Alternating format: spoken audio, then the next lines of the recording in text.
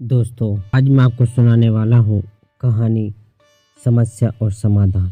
एक व्यक्ति गाड़ी से उतरा और बड़ी तेजी से एयरपोर्ट में घुसा। जहाज उड़ने के लिए तैयार था। उसे किसी कार्यक्रम में पहुंचना था जो खास उसी के लिए आयोजित किया जा रहा था। वो अपनी सीट पर बैठा और जहाज उड़ गया। अभी कुछ दूर ही जहाज उड़ा था कि कैप्टन ने घोषणा की, तूफानी बारिश और बिजली की वजह से जहाज का रेडियो सिस्टम ठीक से काम नहीं कर रहा है, इसलिए हम पास के एयरपोर्ट पर उतरने के लिए विवश हैं। जहाज उतरा।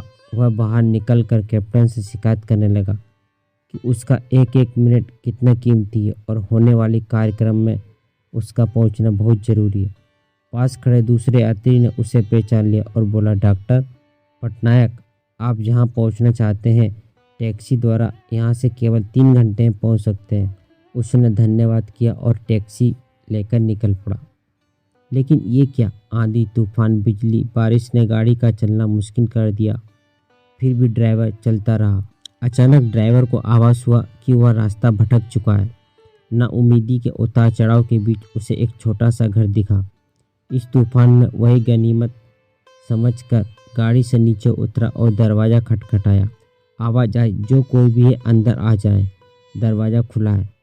अंदर एक बुढ़िया आसन बिछाए भागवत पढ़ रही थी। उसने कहा, माँ जी, अगर आज्ञा हो तो आपका फ़ोन का उपयोग कर लूँ। बुढ़िया मुस्कुराई और बोली, बेटा कौन सा फ़ोन, यहाँ ना बिजली है ना फ़ोन। लेकिन तुम बैठो, सामने चरणामृत पी लो, थकान दूर हो जाएगी और खाने के लिए भी कुछ ना कुछ फल मिल जाएंगे, खा लो ताकि आगे यात्रा के लिए कुछ शक्ति आ जाए। डॉक्टर ने धन्यवाद किया और चरण अमृत पीने लगा। बुढ़िया अपने पाठ में खोई थी कि उसके पास उसकी नज़र पड़ी। एक बच्चा कंबल में लपेटा पड़ा था जिसे बुढ़िया थोड़ी थोड़ी देर में हिला देती थी। बुढ़िया की पूजा हुई तो उसने कहा, माँ जी, आपके स्वभाव और व्यवहार ने मुझ पर जादू कर दिया है। आप मेरे लिए भी प्रार्थना कर दीजिए, यह मौसम साफ हो जाए। मुझे उम्मीद है आपकी प्रार्थना अवश्य स्वीकार होती होंगी। बुढ़िया बोली, नहीं बेटा, ऐसी कोई बात नहीं। तुम मेरे अतिथि हो और अतिथि की सेवा ईश्वर का आदेश है। मैंने तुम्हारे लिए भी प्रार्थना की है। परमात्मा की कृपा है, उसने मेरी हर प्रार्थना सुनी है। बस एक प्रार्थना और मैं उससे मांग रही हूँ, शायद जब वह चाहेगा उसे भी स्वीकार कर लेगा। कौन सी प्रार्थना? डॉक्टर बोला।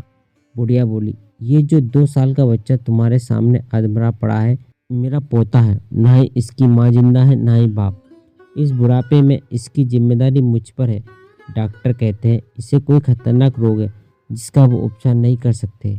कहते हैं कि एक ही नामवर डॉक्टर है। क्या नाम बताया था उसका? हाँ, डॉक्टर पटनायक। वह इसका ऑपरेशन कर सकता है। लेकिन मैं बुढ़िया कहाँ उस डॉक्टर तक पहुँच सकती हूँ। लेकिन जाऊँ भी तो पता नहीं वह देखने पर राजी भी हो या नहीं।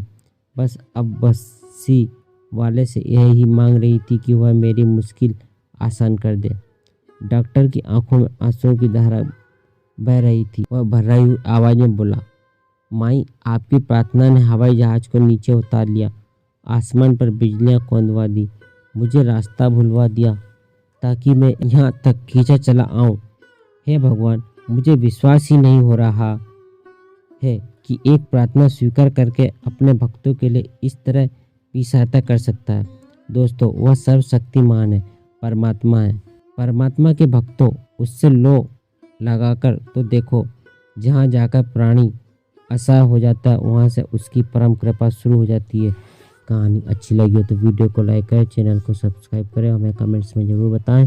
घंटे को भी दबा दें ताकि आपको ऐसी इंटरेस्टिंग कहानियाँ आगे भी मिलती रहें।